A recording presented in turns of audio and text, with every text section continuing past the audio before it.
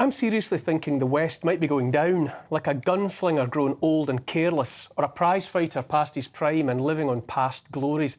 It happens to the best, maybe not today, maybe not tomorrow, with the arrival of a new sheriff in town, or a contender with the core strength to soak up the punishment until yesterday's man uses up his old moves, exhausting himself in the process. George Foreman was the undisputed world heavyweight boxing champion until he faced Muhammad Ali in the Rumble in the Jungle in a stadium in what is now the Democratic Republic of Congo in the October of 1974. Ali leant on the ropes, absorbing Foreman's ineffectual punches until the champ was spent and ripe for the fall that came in the eighth. An Ali left hook brought Foreman's head up into position for a straight right to the face. None of the commentators saw it coming, talking all the time about the imminent threat of a one-punch knockout from the champ. As Foreman pirouetted loosely to the canvas, Ali hovered above, right hand cocked but elegantly withheld, the punch not thrown because the former champ was done anyway. There might be an omen in remembering a hitherto undefeated, undisputed heavyweight falling to the canvas under an African sky. Australian journalist John Pilger has written recently about how propaganda has propped up America, furnishing a reputation as the good guy, while all the while the truth was that that erstwhile paragon of virtue has been a common or garden bully. So much of what has happened over the decades, always in the name of the West, has been spun and manipulated by propaganda. In a piece entitled Silencing the Lambs, Pilger pointed out that 9 of the top 10 media companies is based in the USA, along with the social media heavyweights. While the US, the West and NATO have gone about their business, those media companies have held their coats. Pilger records how over the course of his lifetime the US has, quote, overthrown or attempted to overthrow more than 50 governments around the world, most of them democracies, interfered in democratic elections in 30 countries, dropped bombs on the people of 30 countries, most of them poor and defenceless. It has attempted to murder the leaders of 50 countries. It has fought to suppress liberation movements in 20 countries, end quote. Pilger's testimony reads less like the career of a hero fighter and more like the rap sheet of a gangster. I have loved the thought of America all my life, watched the movies, listened to the music. I still love the idea of America, of a land of free people pursuing happiness. America's full of good people, just as Britain is full of good people, just as the world is populated in the main by good people who just want peace with their neighbours so they can get about the decent, honourable business of raising families. Make no mistake, life in the West has been a wonder for hundreds of millions of people, a world in which things work, of people mostly entitled to equality before the law, a world mostly of tolerance and plenty. No wonder other millions want to come. The people of the West are not the problem. People like you and people like me, as US musician Oliver Anthony sings in his protest song that speaks for the world. The problem has been generations of increasingly corrupt leaders and their corporate masters bent on profit and dominance for themselves and their own. But the world is going through a time of change. We feel it. During a time of change, anything might happen, including good things. In seeking to have it all for themselves and to deny the plenty to the many, the corrupt few have inadvertently unleashed something they can't control, which is the determination of millions to defend the lives they have had. In pushing for change that suits themselves, the few have exposed their true natures, and we see them. He that troubleth his own house shall inherit the wind, as it says in the good book. I wonder more and more if the old champ still has it in the legs. I watch the West, watch our latest clumsy moves, and wonder if we've grown punchy and vulnerable.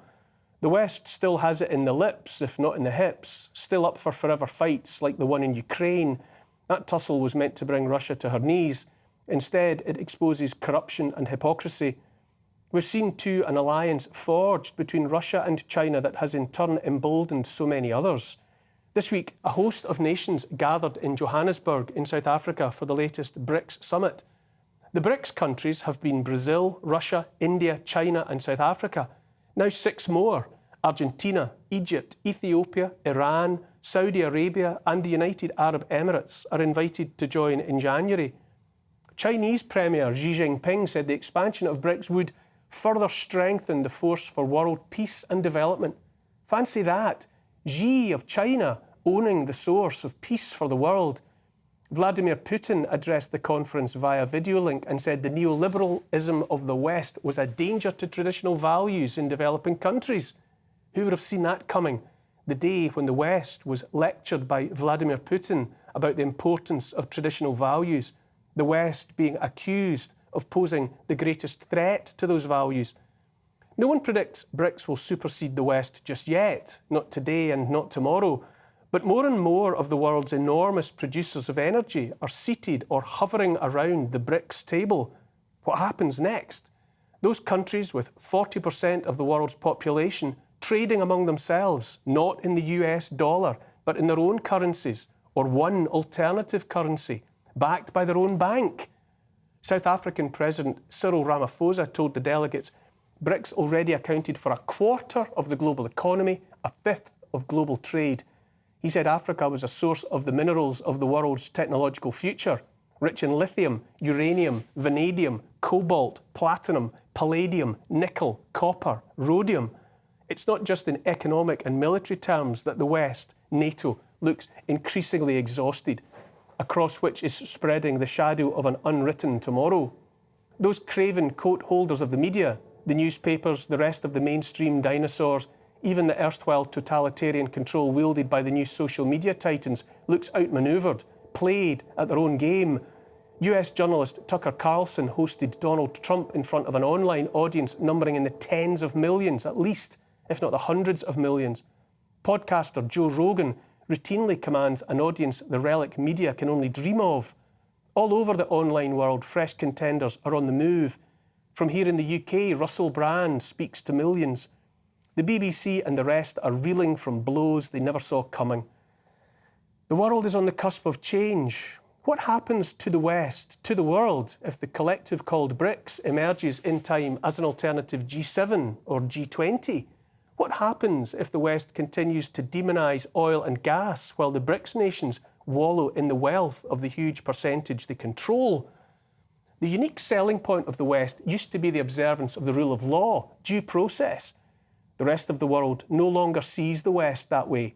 Jailing political opponents like banana republics is in the playbook of the West. The silencing of journalists who challenge authority and authoritarianism, Julian Assange among them, is in the playbook of the West.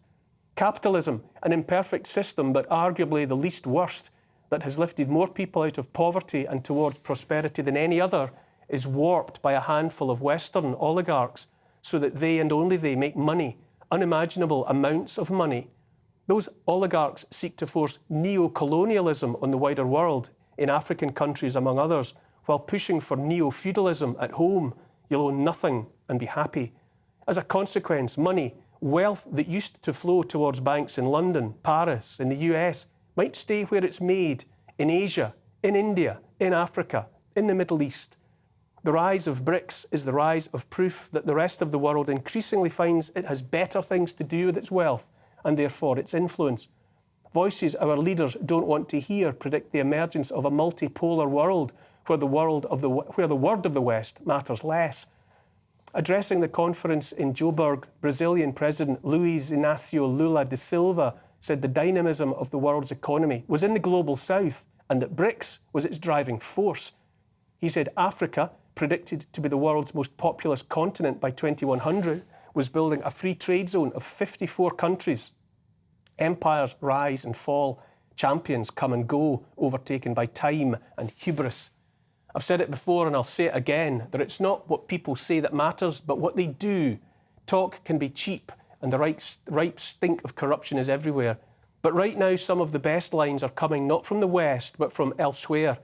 Lula of Brazil told representatives of his fellow BRICS nations that in just a few years we have left behind a scenario of benign multipolarity towards one that resumes the obsolete mentality of the Cold War and geopolitical competition. He said, an increasing number of countries, among them the BRICS countries, are engaged in making direct contact with Moscow and Kiev in pursuit of peace for Ukraine. He said BRICS nations can't remain indifferent to the deaths and destruction that increase every day, and that many other conflicts and crises do not receive due attention, even though they cause vast suffering to their populations.